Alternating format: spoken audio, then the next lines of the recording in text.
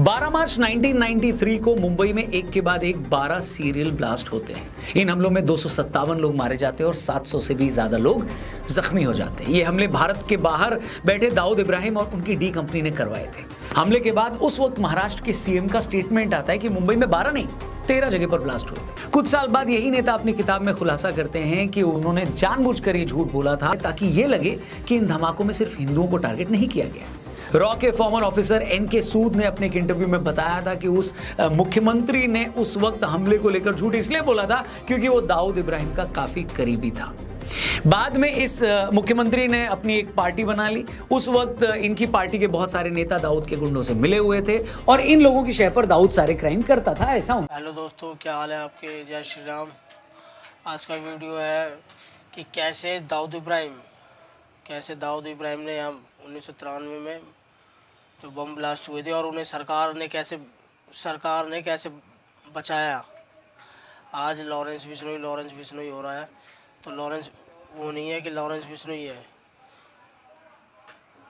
तो आइए video start करते हैं। अब एक दूसरी कहानी सुनिए। 2005 में जावेद मियांदाद के बेटे जुनैद मियांदाद की शादी दाऊद इब्राहिम की बेटी से दुबई के ग्रैंड हयात होटल में होने वाली थी। इंडियन एजेंसीज को लगता था उस वक्त कि ये बहुत सही मौका है दाऊद को पकड़ने का।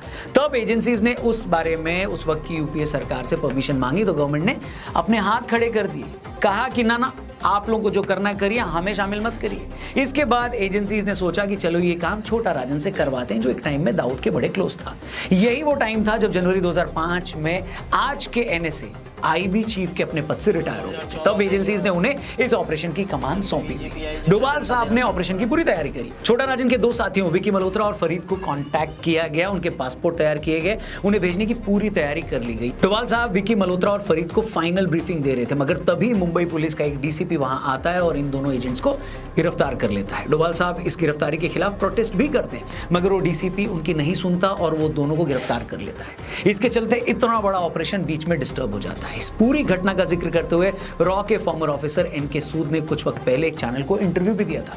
सूद साहब ने यह बताया कि अब ऐसा तो नहीं हो सकता कि आईबी का इतना बड़ा ऑपरेशन होने वाला हो और एक डीसीपी फॉर्मर आईबी चीफ की मर्जी के खिलाफ किसी को अरेस्ट कर ले। इसका मतलब क्लियर था कि उस डीसीपी पर उस वक्त महाराष्ट्र के किसी बड़े पॉलिटिशियन का प्रेशर था।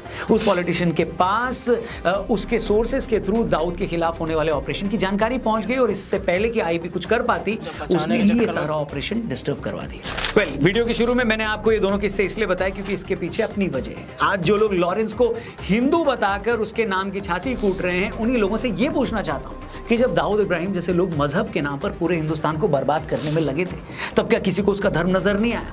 अभी तो ऐसे 2 ही किस्से सुना है, मगर ऐसे 2 नहीं 200 किस्से हैं जो आपका सिर शर्म से नीचा कर देंगे। और दाऊद ही नहीं, अतीक अहमद से लेकर मुख्तार अंसारी, शहाबुद्दीन तक ऐसे 20 माफिया हैं जिनके किसी एक क्राइम पर भी इस दोगली जमात की कभी जबान नहीं खुली। मगर इससे पहले कि मैं उन किस्सों पर आऊं, सोच रहा हूं आपका थोड़ा प्रॉफिट कराऊं। मैं आपको एक ऐसे प्लेटफॉर्म के बारे में बताना चाहता हूं जहां पर आप जब चाहो अपने फोन और टाइम को यूज करके पैसे इन्वेस्ट कर सकते हो। बात कर रहा हूं मैं बिनोमो की। एक ऐसा प्लेटफॉर्म है जहां आप ऑनलाइन इनकम जनरेट कर सकते हो। यहां पर आपको चार्ट देखना होता है, ट्रेड अप या डाउन करना होता है और इससे आपको ट्रेड अमाउंट का 90% तक प्रॉफिट भी मिल सकता है। इसके लिए सबसे पहले हम लोगों ने बिनोमो पे रजिस्टर किया, 15 सेकंड में हो गया। फिर हमने अपना पहला डिपॉजिट 3000 INR का किया, रोजाना 2-3 बार ट्रेडिंग शुरू करी। अब मैं आपको दिखाता हूं कि ये काम कैसे करता है, बस आप मेरे पीछे रिपीट करना। ये देखिए, केवल 1 मिनट में ये INR अमाउंट कमा लिया गया है और अब इसे आराम से विड्रॉ भी कर सकते हैं। बिनोमो VIP बनने के भी बड़े सारे फायदे हैं, 2 तो मैं आपको अभी बता देता हूं। पहला कि आपको मिले पर्सनल मैनेजर जो आपको सभी मार्केट रिलेटेड और ट्रेडिंग वाले जो सवाल है उनका जवाब देगा,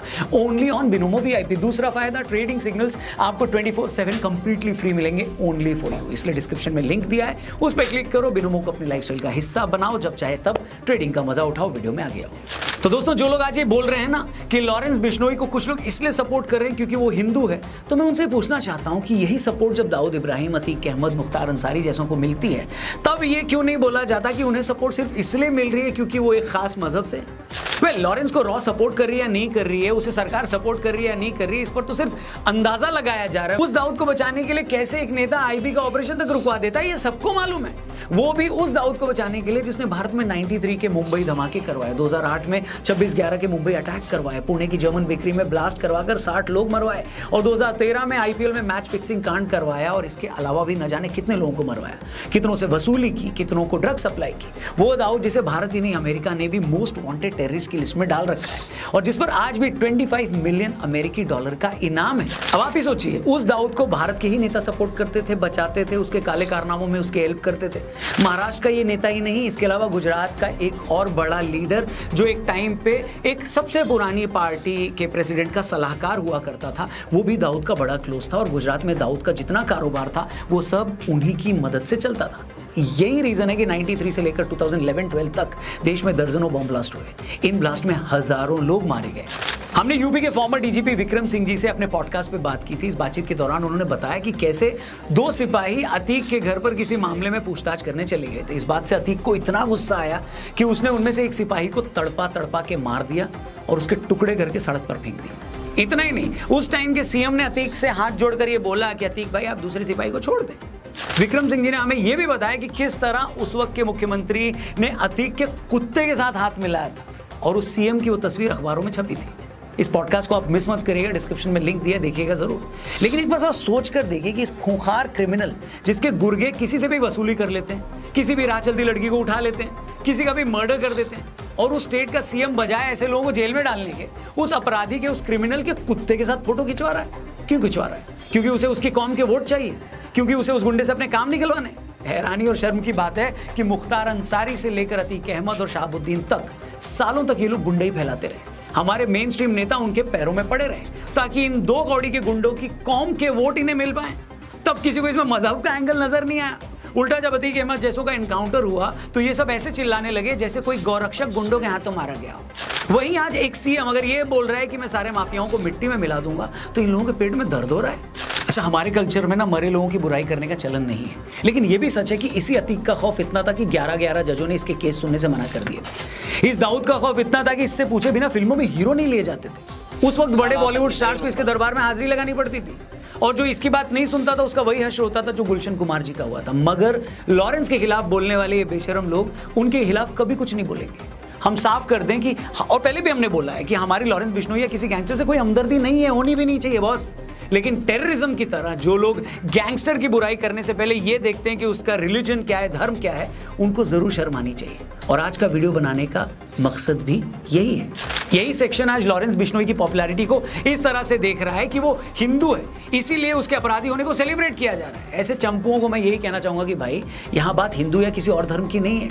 बात यह है कि भारत कोई नॉर्थ कोरिया तो है नहीं जहां लोग अपनी मर्जी से कोई गाना भी नहीं सुन सकते। ये एक डेमोक्रेसी है। यहाँ इंजीनियर राशिद जैसा अलगाववादी और भारत विरोधी आदमी भी जेल से लोकसभा का इलेक्शन जीत जाता है। अमृतपाल को भी जेल से 4 लाख वोट मिल जाते हैं और वो जीत जाता है चुनाव।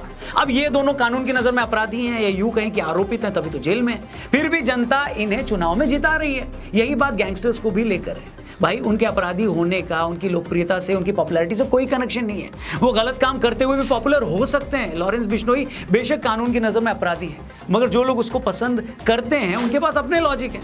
हम उन लॉजिक्स को सही या गलत नहीं मानते, मगर इतना जरूर है कि इसे उसके हिंदू होने से नहीं जोड़ना चाहिए और आप नहीं जोड़ सकते। मगर यहाँ भी कुछ लोगों की बेशर्मी और हिपोक्रेसी साफ दिखती है। लॉरेंस जैसों के फेवर में अगर 2 लोग भी खड़े हो गए हैं तो एक कौम ने उसे उनके धर्म से जोड़ दिया। लेकिन देश के मोस्ट वांटेड अपराधी दाऊद इब्राहिम जैसों पर तो आज तक 5 फिल्में और वेब सीरीज बन चुकी है। अभी पिछले साल ही नेटफ्लिक्स पर एक और वेब सीरीज आई थी, मुंबई मेरी जान, वो भी दाऊद की लाइफ पर बनी थी। इस वेब सीरीज को भी फरहान अख्तर के प्रोडक्शन हाउस ने प्रोड्यूस किया था। इससे पहले 2007 में shootout at Wadala film आई थी, वो भी दाऊद की लाइफ से के कुछ इंसिडेंट्स पर बेस्ड थी, जिसमें अनिल कपूर और जॉन इब्राहिम मेन रोल में थे। 2017 में दाऊद की बहन हसीना पारकर की लाइफ पर इसी नाम से एक मूवी आई थी। इसके अलावा निखिल आडवाणी की डी-डे और इमरान हाशमी की once upon a time in Mumbai फिल्में भी दाऊद के आसपास बनी थी। और इन फिल्मों के अलावा हिंदी फिल्मों में ऐसे कितने कैरेक्टर हैं जो सीधे दाऊद इब्राहिम पर बेस्ड हैं। मेरा क्वेश्चन ये है बॉस कि लॉरेंस बिश्नोई को लेकर तो सोशल मीडिया पर लोग पोस्ट कर रहे हैं, उसी से एक सेक्शन को उनका धर्म दिखने लगा है कि देखो इनको सेलिब्रेट कर रहे हैं, इन्हें ऑब्जेक्शन होने लगा है कि उसे हीरो क्यों बनाया जा रहा है। लेकिन दाऊद का महिमा मंडन तो बड़े बड़े डायरेक्टर्स और एक्टर्स फिल्में बना कर लगातार कर रहे हैं। उसका क्या मतलब, जो आदमी घोषित तौर पर आपके देश का दुश्मन है उसे एंटी हीरो दिखाकर भी आप उस पर कोई मूवी कैसे बना सकते हो? ऐसा करके कहीं ना कहीं आप उस आदमी के कैरेक्टर को जस्टिफाई कर रहे हो, उसी के क्राइम को ग्लोरीफाई कर रहे हो। तब तो कोई ये नहीं कहता कि दाऊद पर मूवी इसलिए बनाई जा रही है ताकि उसे हीरो मानने वाली एक कौम के दर्शकों को थिएटर लाया जा सके।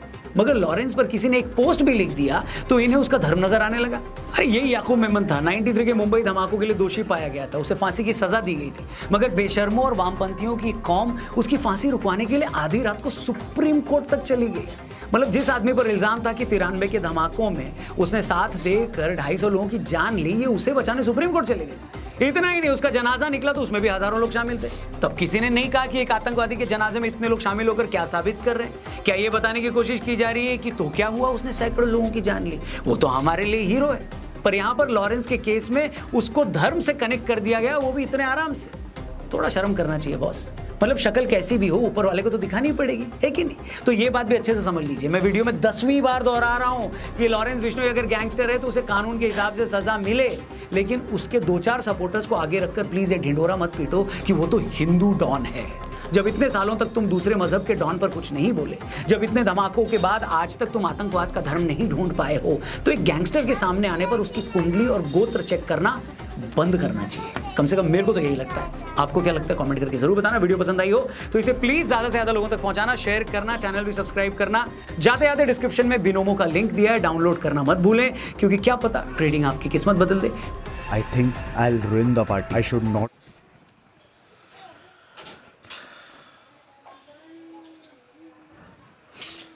तो देखा दोस्तों हमने, आज लॉरेंस हो रहा है और उसे हिंदू से जोड़ा जा रहा है कि हिंदू वो है, गैंगस्टर है। अबे इतने मुसलमान 1993 में दाऊद इब्राहिम था, उसने इतनी पब्लिक मार दी, और भी अतीक है, बहुत सारे ऐसे हुए, उन्हें नहीं जोड़ा जाता क्योंकि वो तो उनके भाई बंद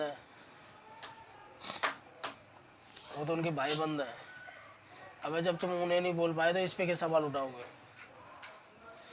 तो आपको ये वीडियो कैसे लगी, अच्छी लगी तो लाइक करें, शेयर करें, सब्सक्राइब करें। जय हिंद, जय श्री राम, वंदे मातरम।